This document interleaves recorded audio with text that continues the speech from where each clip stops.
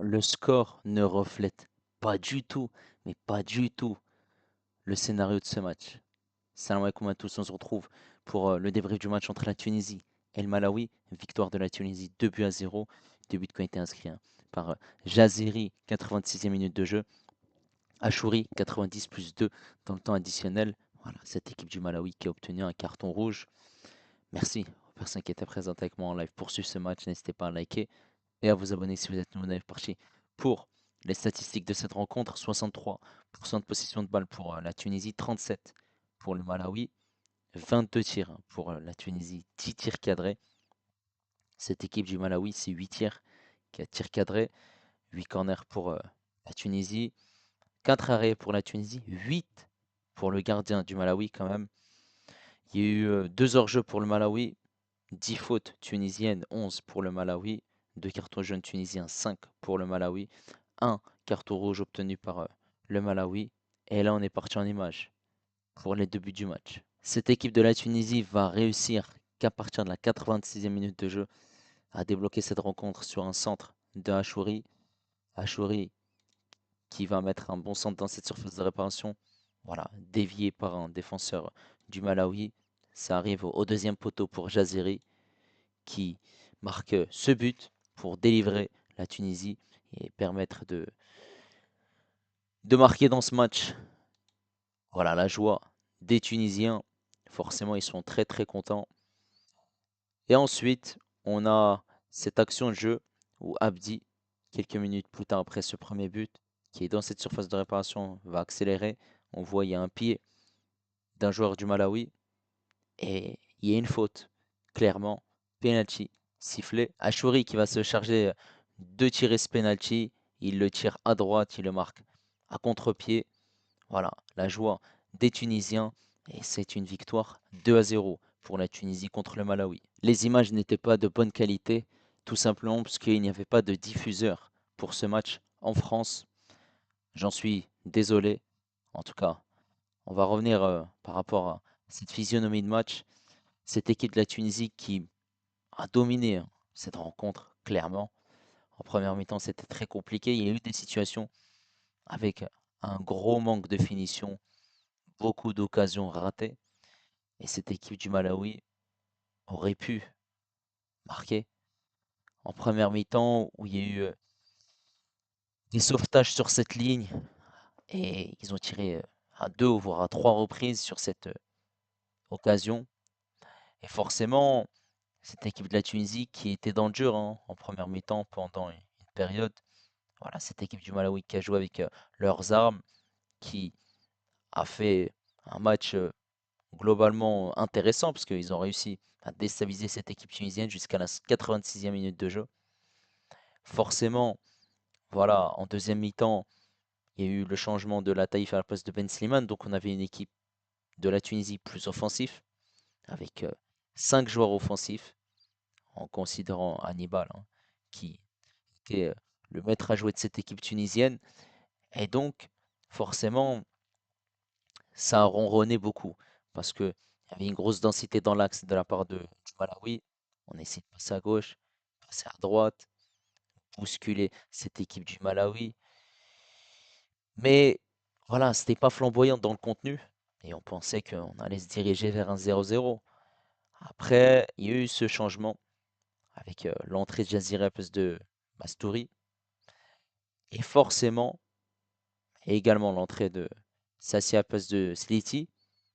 C'est un choix qui s'avère payant parce qu'il marque ce but, mais c'est un Chouri qui fait un très bon centre. On a ce penalty obtenu aussi par Abdi, converti par Achouri.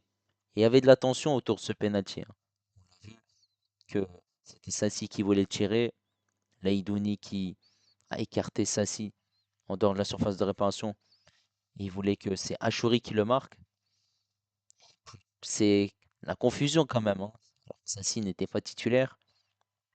Il veut rentrer et il veut marquer ce penalty. Ça semble tendu, ce groupe tunisien, mais ils ont quand même réussi à faire l'essentiel, c'est-à-dire gagner cette rencontre. Voilà, forcément, la tâche aussi, c'est a été plus facile hein, lorsque le Malawi a obtenu ce carton rouge. Forcément, quand tu obtiens un rouge à la 64e minute de jeu, bah, t'es à 11 contre 10 et voilà, tu t'es rendu, on va dire, la tâche plus facile.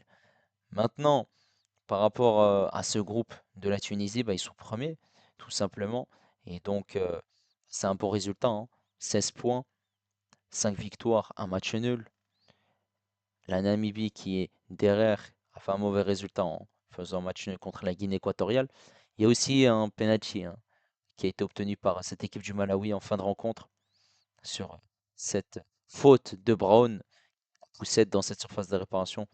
Mais Dahman a fait l'arrêt qu'il fallait pour avoir ce clean sheet et conserver son invincibilité en termes de buts encaissés, c'est-à-dire zéro dans ses phases de qualification pour la Coupe du Monde, zone Afrique.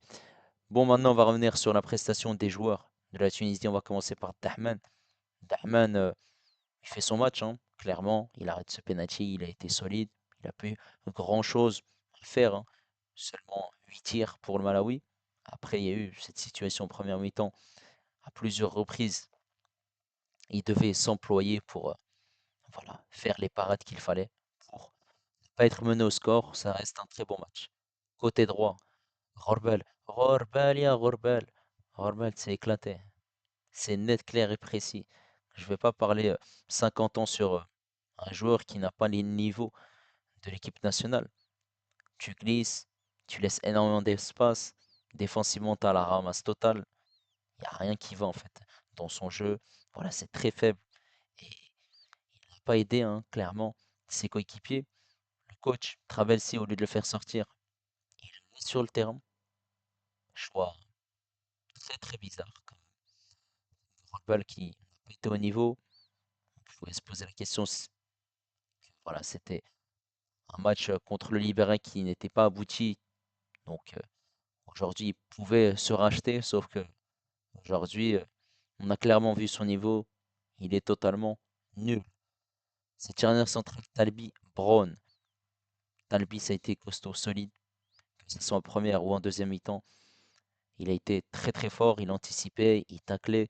Il était aussi bon dans son positionnement, dans aussi l'anticipation, un jeu vers l'avant, aussi par moments sur coup de pied arrêté, il était présent, au détriment d'un Brown que j'ai senti par moments fébrile, qui se faisait prendre des vitesses par cette équipe du Malawi, qui fait cette faute, qui concède un penalty. Heureusement que juste derrière le but n'est pas encaissé, et qui a été, voilà, très moyen une nouvelle fois.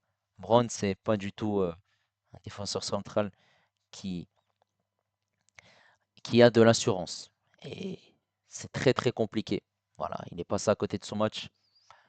Abdi, côté gauche, Abdi, eh ben, il a fait une première mi-temps, on va dire, moyenne, où il n'a pas réussi ce qu'il voulait faire. Après, offensivement, c'était plutôt moyen, défensivement, plutôt costaud, on va dire, en première mi-temps. Par contre, en deuxième mi-temps, ça a été du très très solide, parce que il a réussi à multiplier les efforts, à centrer, à rentrer dans cette surface de réparation, à combiner avec ses coéquipiers et à être intelligent dans son jeu. Donc ça reste une performance aboutie, sachant que c'est lui qui obtient ce penalty. Il rentre dans cette surface de réparation et il arrive à dribbler et juste derrière il y a ce crochet et ce penalty. Donc ça reste une performance très très bonne de d'Abdi. Au milieu de terrain, Leidouni qui a été au top, même s'il y a du déchet technique dans son jeu, tout n'a pas été parfait. Voilà, il récupérait des ballons, il mettait aussi beaucoup de haine et de combativité au milieu de terrain, dans les duels, dans l'agressivité. Forcément, je trouve que la présence de Srelo au milieu de terrain, elle manque hein, quand même à cette équipe tunisienne. Voilà, ça reste un joueur important. Mais Leidouni a quand même fait son match. Hannibal, Hannibal, il m'a surpris. La première mi-temps, ça reste une première mi-temps correcte. Deuxième mi-temps, c'est une deuxième mi-temps où il a été très très bon. Techniquement, on voit qu'il a progressé. Les passes vers l'avant, les combinaisons, il joue avec ses partenaires. Il arrive à créer des décalages, à partir, à éliminer ces joueurs du Malawi. Donc, Hannibal commence à progresser dans son jeu, même s'il y a du déchet technique. Après, il est encore très jeune, hein, 22 ans seulement. Hannibal, ça reste un match abouti. Voilà, le seul point faible que je dirais pour lui, c'est de stater. Voilà, Hannibal est un joueur qui arrive à être pertinent dans son jeu. Maintenant, il doit être bon à la finition ou sinon en passe décisif. Ensuite, en attaque, Slity, c'est catastrophique. Catastrophique. Mis à part sur une, deux situations où il a réussi à accélérer, à combiner, mais on le voyait beaucoup, beaucoup décrocher, être au milieu de terrain, demander le ballon. Il n'était pas vraiment sur ce côté droit, hein. Vraiment très compliqué, hein, pour Slity. Voilà, Slity, ça y est, faut tourner la page. Je comprends pas pourquoi on insiste sur lui. En plus de ça, il a le brassard de capitaine. Il n'y a rien qui va. J'ai oublié de parler de Ben Slimane au milieu de terrain, qui a joué une mi-temps, qui a été remplacé par Lataïf. Ben Slimane, il n'a rien apporté, hein, clairement. Manque d'engagement, manque d'agressivité, il perdait les duels. Et c'est pour ça que Trabelsi l'a fait sortir pour faire entrer Lataïf. Son entrée n'est pas très intéressante. Voilà, il jouait sur ce côté droit et on le voyait être en mouvement.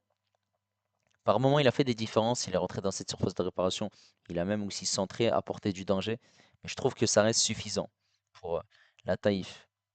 Mastouri, avant d'évoquer Achouri, Mastouri, ça reste une deuxième sélection, on va dire, mitigée, parce qu'il a eu quelques situations, il aurait dû faire largement mieux, mais je trouve qu'il a apporté quand même du danger. Après, voilà, c'est un joueur qui vient d'arriver en sélection, donc il ne faut pas être très exigeant avec lui parce que il a marqué quand même lors de sa première sélection, mais ça va venir au fur et à mesure. Et sur ce côté gauche, Achouri, qui en première mi-temps, sur quelques séquences, a apporté du danger, a dribblé, partait sur le côté gauche, voilà, combiné avec ses coéquipiers, dribblé, mettait en difficulté cette équipe du Malawi.